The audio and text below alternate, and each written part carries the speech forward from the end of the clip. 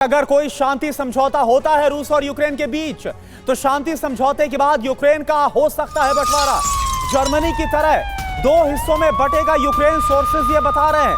Trump के दूत general Keith Kellogg ने यह प्रस्ताव रखा है। पूर्वी यूक्रेन में रूस और पश्चिमी हिस्से में ब्रिटेन, फ्रांस की सेनाएं होंगी। दोनों पक्षों के बीच 18 मील चौड़ा एक गलियारा होगा बफर जोन के तौर पर।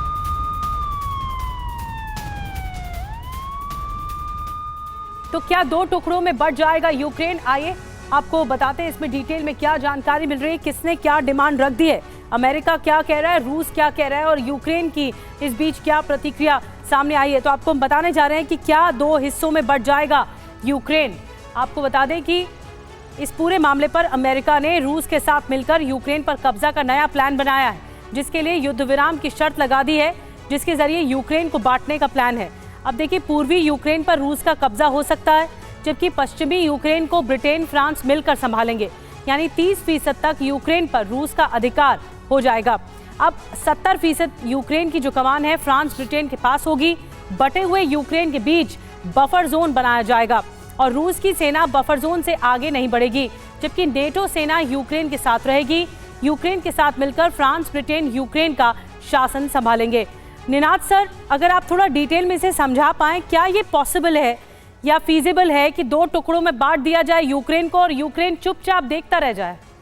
देखिए, ये मेरे ख्याल से हो नहीं सकता। इसके 3 कारण हैं। पहले तो रूस जो अपना इलाका जीता है वो इसीलिए नहीं जीता कि नेटो की फोर्सेस यूक्रेन में डिप्लॉय हो, वो उसे एक्सेप्टेबल ही नहीं होगा। दूसरा, हम कई बार सोचते हैं, क्योंकि हमारे को एक पुरानी यादें हैं, इंग्लैंड कुछ भी नहीं है, इंग्लैंड की औकात नहीं है, 80,000 तो उसके टोटल सैनिक है, तो वो आ ही नहीं सकता यहाँ पे पेट्रोल करने या कुछ भी करने। इंग्लैंड खत्म हो चुका है, इंग्लैंड वो पावर नहीं है जो पहले थी। तो दूसरा ये पहलू है। तीसरा पहलू ये है कि यूक्रेन के जो लोग हैं वो भी इसको एक्सेप्ट नहीं करेंगे, क्योंकि अगर ये शांति समझौता होता है तो सब मेरा सोचना ये है कि ज़ेलेंस्की अपनी कुर्सी हारेंगे और कोई नया लीडर आएगा, पर आउटसाइड इन्फ्लुएंस नहीं होगा।